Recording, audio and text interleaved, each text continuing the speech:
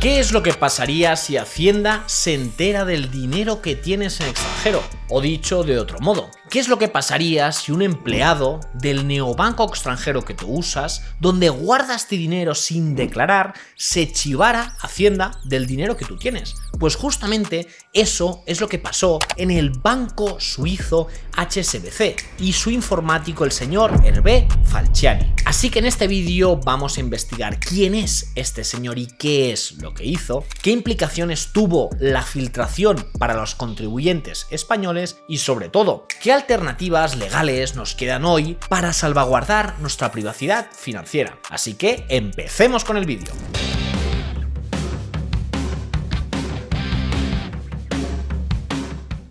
¿Qué es el caso Falciani y qué pasó realmente? Primero, lo primero, ¿quién es Hervé Falciani y por qué debería importarnos? Hervé nació en enero del 72 en Montecarlo, en Mónaco, y Falciani era un informático, ingeniero en sistemas, que trabajó durante muchos años para la filial suiza del HSBC, uno de los bancos más grandes y poderosos del mundo. Para que os hagáis una idea, se encuentra entre el 7º y el 8º puesto de los bancos más grandes del planeta y el 2º de toda Europa. Falciani empezó a trabajar para el HSBC en 2001 y, según contó en varias entrevistas, no le gustó para nada lo que vio dentro. Dentro, Falciani se dio cuenta de que, al menos a su juicio de informático, la forma en la que se gestionaban los datos de los clientes en la filial suiza del HSBC fomentaba la evasión fiscal y el secretismo. Y como esto no le gustaba, pues propuso un sistema alternativo dentro del banco.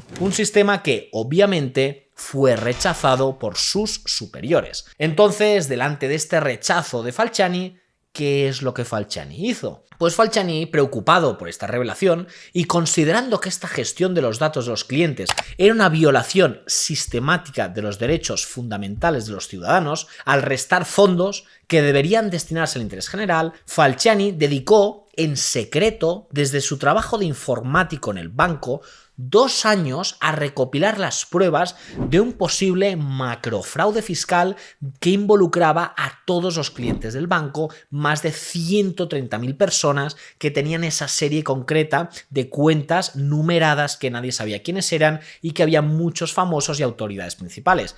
De hecho, este tema es bastante interesante y yo, tanto mi trabajo de final de grado como mi trabajo de final de máster fue sobre este caso, porque ahora veréis que se va a liar. Todas estas declaraciones de restar fondos que deberían destinarse al interés general, es decir, Falciani era como un visionario, un idealista, pero del Estado, no del liberalismo, es decir, idealista que no nos gusta. Entonces, todo este idealismo para él era muy importante para entender por qué nos afectaba a todos y cómo podía contribuir a interés general enseñando lo que todo el mundo tenía en extranjero. Por tanto, Falciani extrajo en 2008 una copia masiva de los datos bancarios, que fue la mayor filtración ilegal de datos financieros de la historia. Y ahora me preguntaréis, Sergi, ¿y qué había de importante en todos esos archivos? Pues una información más importante de lo que podríamos pensar. La filtración de Falciani incluía toneladas de datos sensibles, nombres de titulares, números de cuentas, saldos, movimientos, estructuras societarias y pistas sobre quién realmente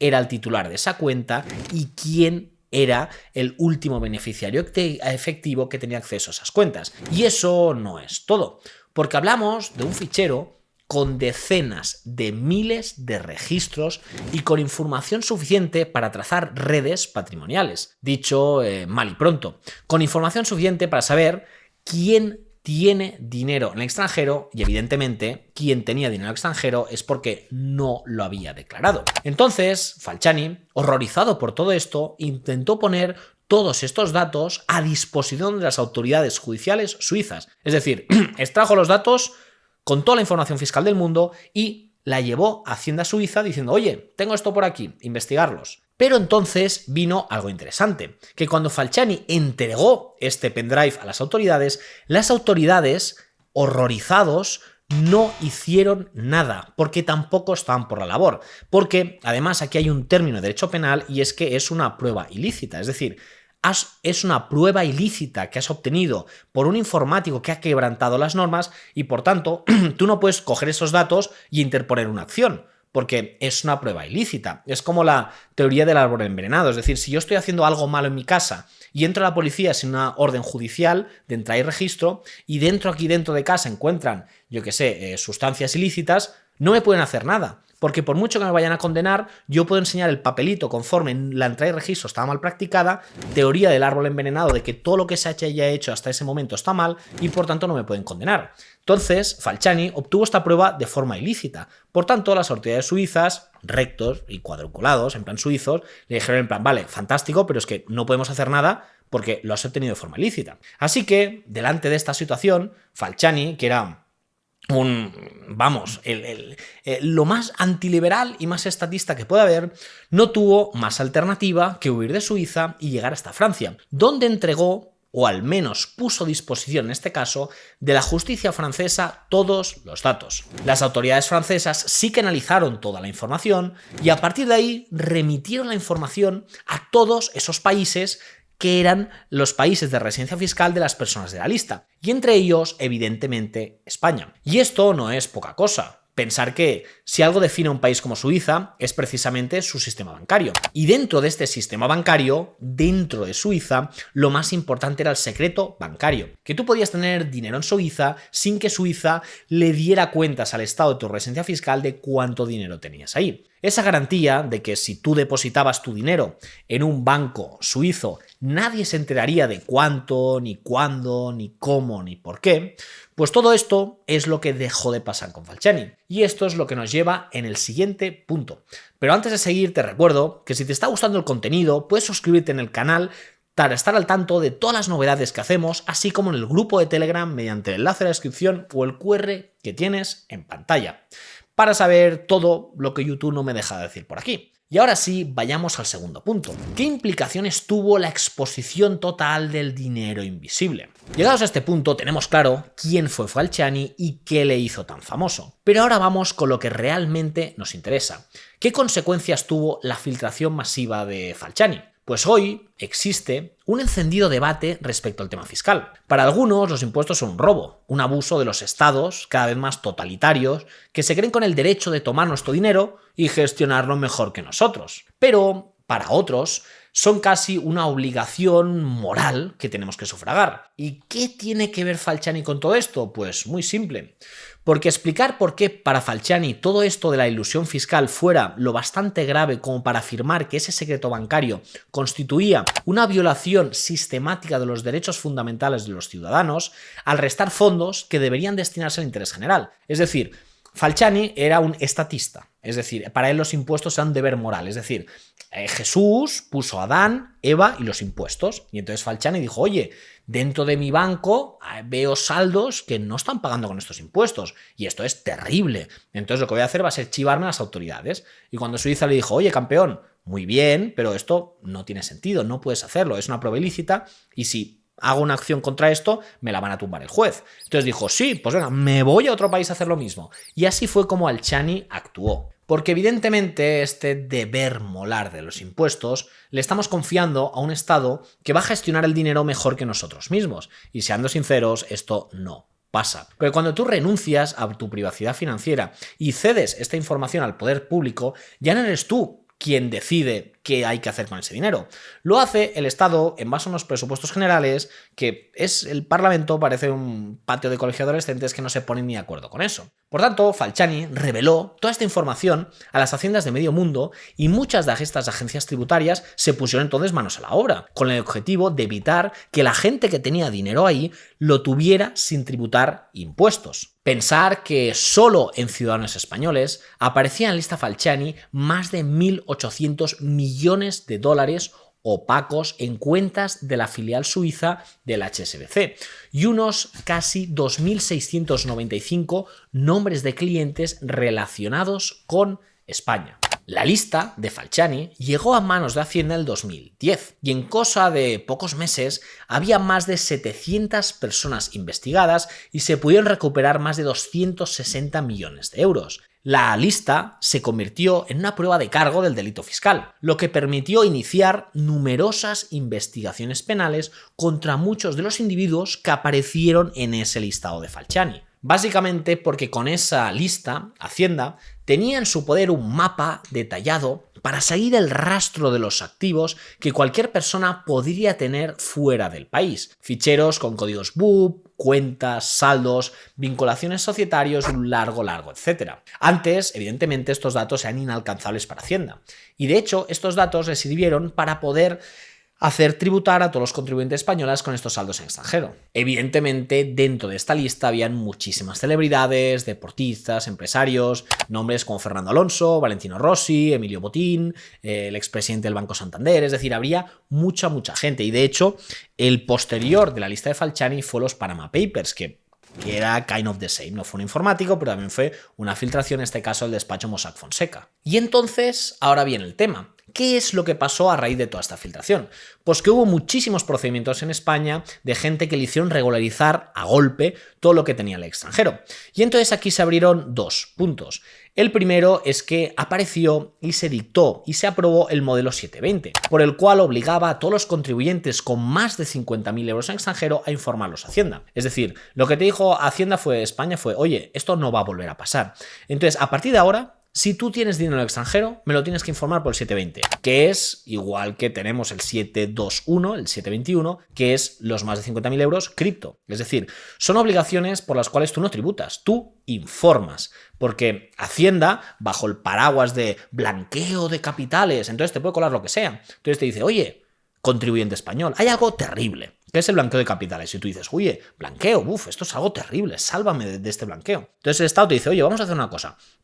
Hasta ahora yo era un estado reactivo, es decir, si había un blanqueo actuaba, pero ahora vamos a hacer una cosa, como existe el blanqueo de capitales y es algo terrible para ti, voy a pasar de ser un estado reactivo a un estado preventivo. Por tanto, dame toda la información de todo lo que tengas, en extranjero, en cripto, me lo dices todo, y ya si blanqueas, pues tengo tus datos. Y así a cambio nadie puede blanquear porque ya tengo todos tus datos. Entonces tú dices, oye, claro, es decir, voy a ceder toda esta privacidad financiera porque me vas a salvar el blanqueo de capitales, pero evidentemente estás haciendo un striptease fiscal y lo estás enseñando todo.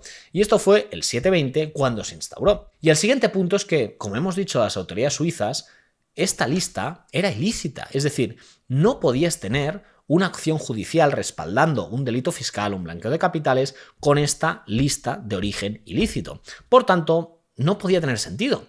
Pero en cambio, aquí hubo una jugarreta legislativa que no me da tiempo a contaros, por la cual la validaron. Y el Tribunal Supremo dijo, esta lista es totalmente válida. Es decir, con esta lista vamos a recaudar todos estos millones de defraudadores. Vamos, ya te cambio aquí la ley, te lo justifico como sea jurisprudencia y venga, ¡pam!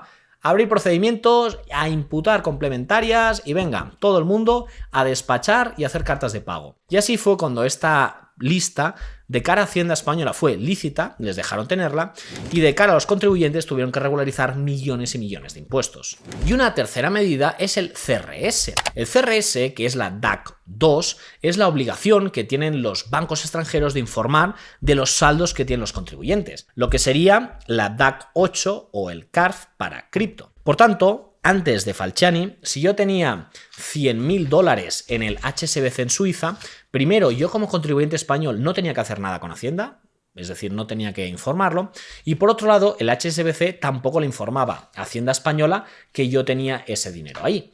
En cambio, después de Falciani, se aprobó el CRS, por tanto, ese banco informaba directamente a Hacienda del dinero que yo tenía, y luego, por otro lado, yo tengo que informar si tengo más de 50.000 euros por el 720. Por eso mismo, gracias a Falciani, le tenemos que dar las gracias, porque si ahora mismo tenemos dinero en Wise, si tenemos dinero en Meru no, porque está en FATCA, pero si tenemos dinero en cualquier neobanco que esté fuera de España, y también ahora si tenemos también criptomonedas en cualquier exchange que esté fuera de España, gracias a Falciani, estos exchanges, estos neobancos, informan directamente a las haciendas de cada país del cual tú seas residente fiscal. Vamos, que si eres español, te abres una cuenta bancaria en el Reino Unido y depositas cierta cantidad, la legislación del Reino Unido está obligada a informar a Hacienda Española de cuánto dinero has ingresado en esa cuenta y cuánto tienes. Y por eso mismo aquí está el problema, porque a la que conviertes la privacidad en un privilegio y no en un derecho natural que nosotros tenemos, que deriva del derecho a intimidad,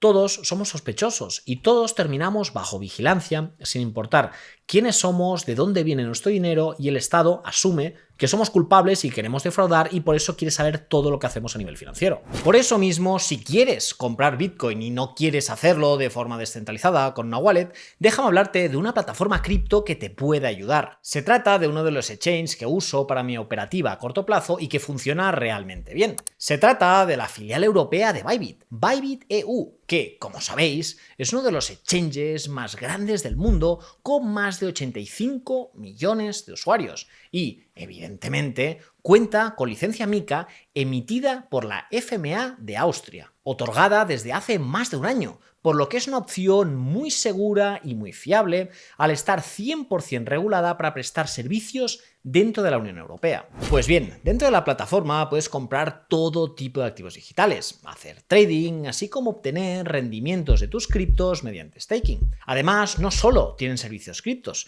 pues funciona también como un neobanco, puesto que puedes solicitar una tarjeta Mastercard, que tiene cashback en Bitcoin, realizar depósitos SEPA sin comisión y mucho más. Así que si quieres explorarla por tú mismo, te dejo el enlace en la descripción. Y recuerda que si te haces una cuenta con mi link, como promoción de bienvenida, tendrás una oferta especial de hasta 30 euros, los cuales puedes destinar, por ejemplo, a comprar ese Bitcoin que ahora cotiza por debajo de su valor real. Y ahora sí, sigamos con el vídeo. ¿Qué soluciones existen hoy para resguardar nuestra privacidad financiera? Pues bien, pensad que la filtración masiva de estos saldos no fue por un error de la banca suiza, no fue por un error del HSBC, sino por la decisión de un único individuo, de Falciani, que ojo, es un informático que me puede caer súper bien, pero el informático, ¿no? Camisa negra, americana negra, camiseta de otaku, es decir, el informático, que ojo, a mí me caen súper bien los informáticos, pero un informático estatista no me cae tan bien. Y eso, gracias a Falciani, fue lo que necesitó esa lista para que miles de datos quedaran totalmente revelados para las haciendas. Por tanto, ¿qué alternativas tenemos hoy? Lo primero de todo es que, evidentemente, los impuestos hay que pagarlos siempre, pero a la par que los impuestos hay que pagarlos siempre, podemos preservar nuestra privacidad financiera. Y esto no pasa por esconder, sino pasa por diseñar una estructura que preserve nuestra privacidad financiera con una arquitectura totalmente estable, diseñada para que un fallo en la escala, por ejemplo, un informático que se le va la olla, no enseñe y doxee todo lo que yo tengo. Por tanto, el primer punto, evidentemente, es la diversificación. Es decir, nosotros ya no nos podemos permitir el lujo de confiar todos nuestros datos a una simple jurisdicción ni a una simple entidad financiera. Podemos hacer arbitraje jurisdiccional, la teoría de las banderas, y cada estado nos sirve para algo. Uno para pagar a nivel de persona física, otro a nivel de sociedades, otro para invertir, otro para resguardar nuestro patrimonio. Al final, todo esto es la política y la teoría de las banderas. Por eso mismo, la diversificación no es solo jurisdiccional, también es de players, también es de instituciones. No podemos usar ni el mismo custodio, ni el mismo banco, ni el mismo broker, ni el mismo exchange. Tenemos que dividir toda la estructura para que tenga muchísimas más garantías y prevenga además de que con un botón no puedan bloquearme una cuenta bancaria y pierda el acceso a todos mis fondos. Y evidentemente, si os movéis a nivel cripto, tenéis algo que nadie tiene, que es que podemos actuar con hardware wallets, las cuales son inconfiscables, son inembargables y si lo haces de la forma correcta, eres totalmente seudónimo y es la primera vez que puedes resguardar a nivel digital tu patrimonio sin que nadie sepa lo que estás haciendo. Y por supuesto, si quieres tener aún más garantías, existen las residencias administrativas. Residencias fiscales solo puedes tener una, que es el país donde pagas impuestos, pero residencias administrativas tú puedes tener las que quieras, puedes tener tantos pasaportes como quieras. Y todo eso te va a dar muchísima más libertad para poder interactuar y moverte por el mundo sin tener limitaciones. Por eso mismo espero que en este vídeo hayas aprendido quién es Hervé Falciani y cuál es la aliada que hizo con su lista, cuáles han sido las consecuencias de los distintos estados sobre esa lista y cómo nos han atacado después de esto, y cuáles son las distintas alternativas que puedes realizar para preservar en este siglo XXI tu privacidad financiera. Y ahora las preguntas son para ti. ¿Cuál crees que es la mejor manera de preservar tu privacidad financiera? Puedes responder a esta pregunta tanto en la caja de comentarios como en el grupo de Telegram, que tienes el enlace de descripción o el QR que en pantalla. Y dicho esto, nos vemos en el siguiente vídeo. ¡Hasta ahora!